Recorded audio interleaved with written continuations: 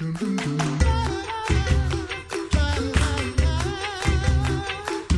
back to the Coffee Hour. I'm Andy Bates. I'm Sarah Gulseth. Now, I see you get excited about hymns when we talk about hymns. It's and true. Get all like hymn nerdery, geeked out about that. But now we get to talk about science, and I think we're getting nearly as equally geeked out and excited about that, because the Gateway Creation Conference is happening here in St. Louis, coming up April 3rd and 4th. Joining us by phone this morning, Dr. Danny Faulkner, researcher, author, and speaker for Answers in Genesis, and one of the speakers at the Gateway Creation Conference. Dr. Faulkner, thanks so much for being our guest today on the Coffee Hour. I'm very glad to be here.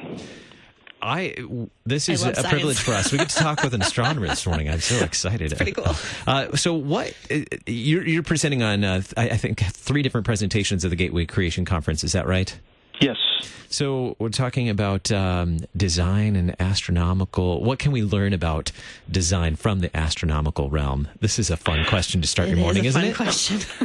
Yeah, well, if the world has been created, and I believe it has been, then we would expect certain design features put in there by our Creator. So I'll be sharing in my talk some design that I see in certain things. The moon, for instance, has some very interesting properties. Its size, its distance really works out well, so we get these spectacular and very rare total solar eclipses. And I've seen 2 of them. It's the most stunning thing I have ever experienced in my life. It's incredible. It's off the charts. Plus, there's some neat science we can do during these times and no other time.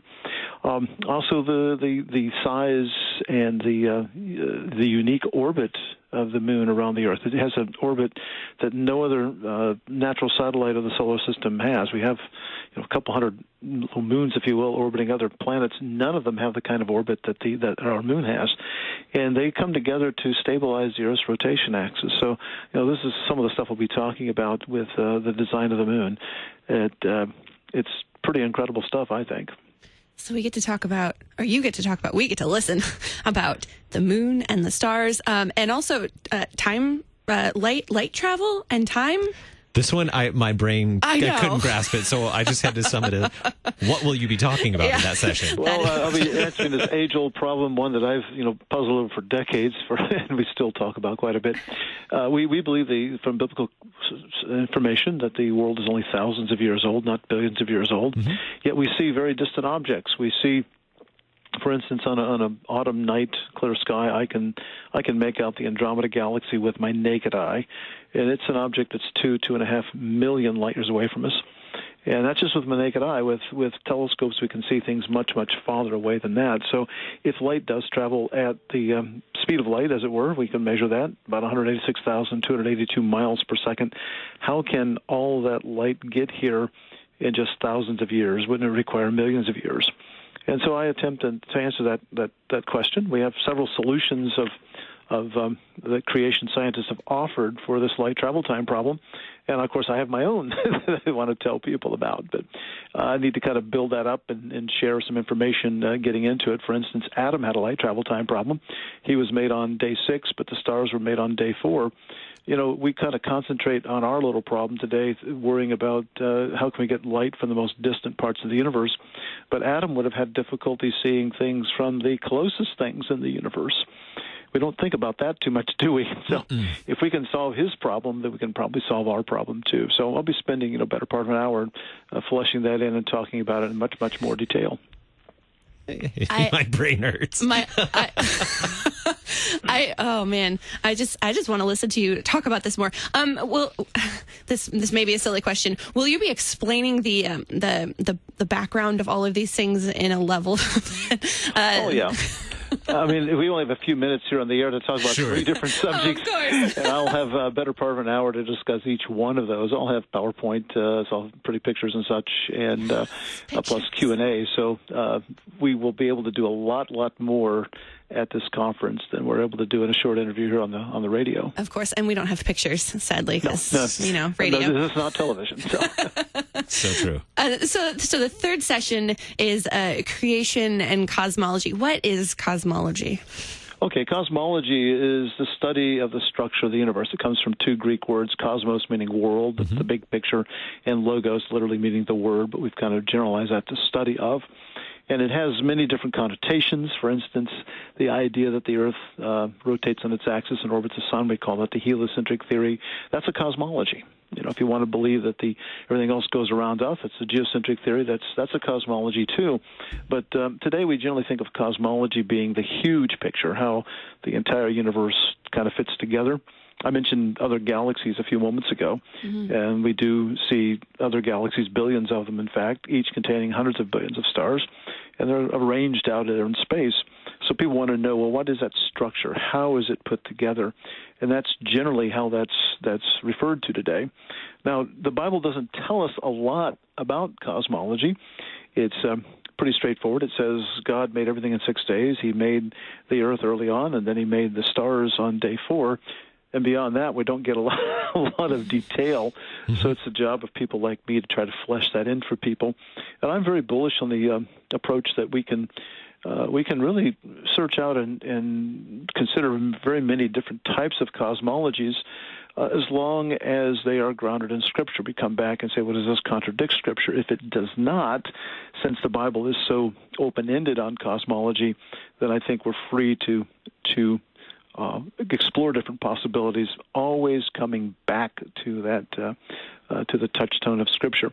One key thing I did leave out just a moment ago was the fact that God made this thing on day 2. In the King James, it's called the firmament. In more modern translations, it's called expanse. I like to use the Hebrew word. It's rakia, and the rakia is something that's been stretched out or spread out. And the purpose on day 2 was to separate waters above and waters below.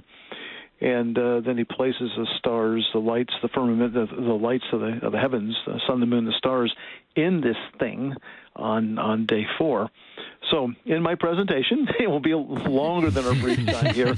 I will be expounding what I think the proper cosmology is.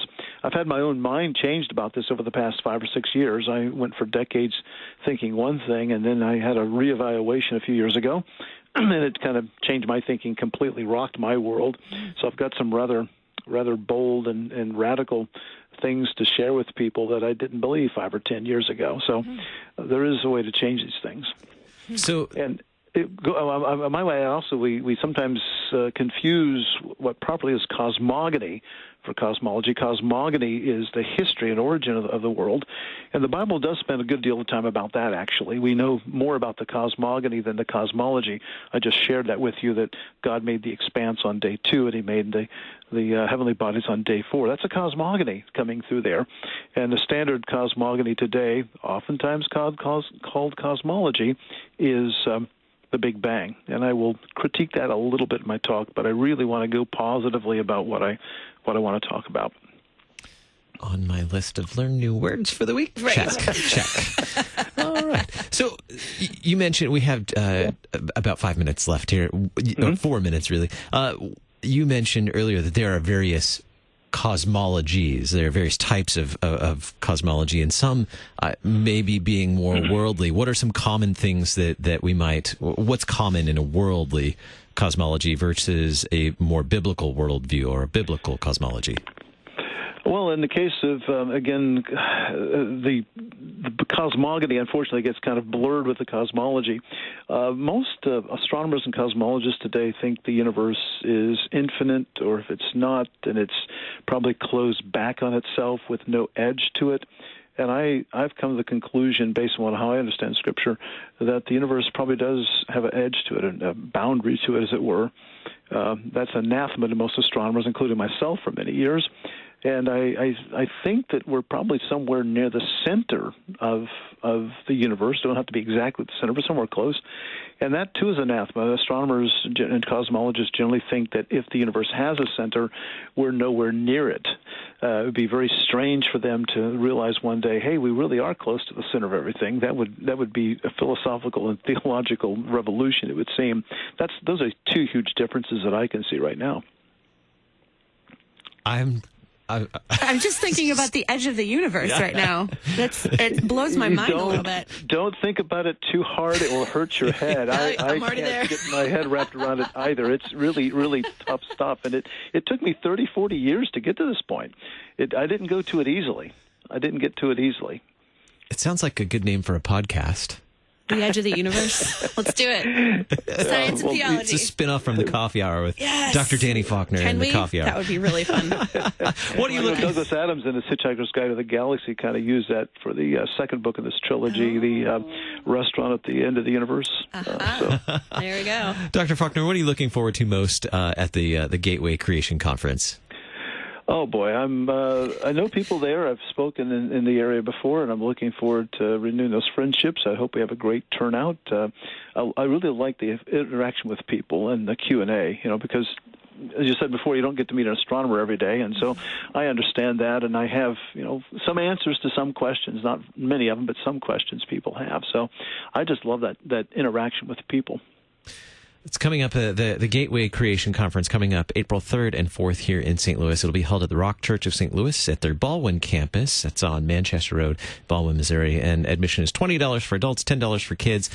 Kids 5 and under can attend for free. And you can find registration information at CreationConf. That's creationconf.com. There's information. We'll share the link in our program notes as well. And 3 presentations, Dr. Faulkner, other presentations as well, happening all in 2 days' time right here in St. Louis. And with just about a minute left, Dr. Faulkner, can you tell us a little about your work at Answers in Genesis? Sure. I've been here 7 years. I do work in stellar astronomy. I write books and articles. I just turned one in today for review inside, and for our magazine, for our research journal online, and for our web articles. And do some speaking here and on the road, but mostly I'm a researcher, and I do continue to do astronomical research in conventional astronomy on eclipsing binary stars. Got a trip coming up soon for that. And also we have a planetarium here at the Creation Museum we work with, and also an observatory. We have programs there as well. So I stay busy. Now I have more questions. It's not every day we have a guest that says, I'm doing astronomical research. So thank you so much, Dr. Faulkner, for being our guest on the Coffee Hour. A delight to talk with you. Again, creationconf.com is where you can find more information about the Creation Conference, the Gateway Creation Conference coming up April 3rd and 4th. Thank you so much, Dr. Faulkner, for being our guest on the Coffee Hour today. You're very welcome. Coming up tomorrow, we get to check in with the Crosswise Institute. We're going to learn more about the Crosswise Institute taking place at Concordia University, Irvine this summer.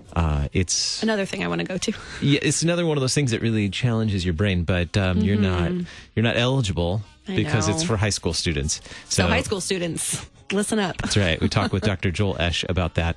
And also, are you setting goals? Get a chance to talk with Dr. Bernard Bull about that as well. Thanks for listening to the Coffee Hour. I'm Eddie Bates. I'm Sarah Golseth. The Coffee Hour with Andy and Sarah is a production of KFUO. To support the Coffee Hour and KFUO Radio, visit KFUO.org. You can also text KFUO to 41444 or send an email to gifts@KFUO.org. And you can call us at 800-844-0524. KFUO. Christ for you, anytime, anywhere.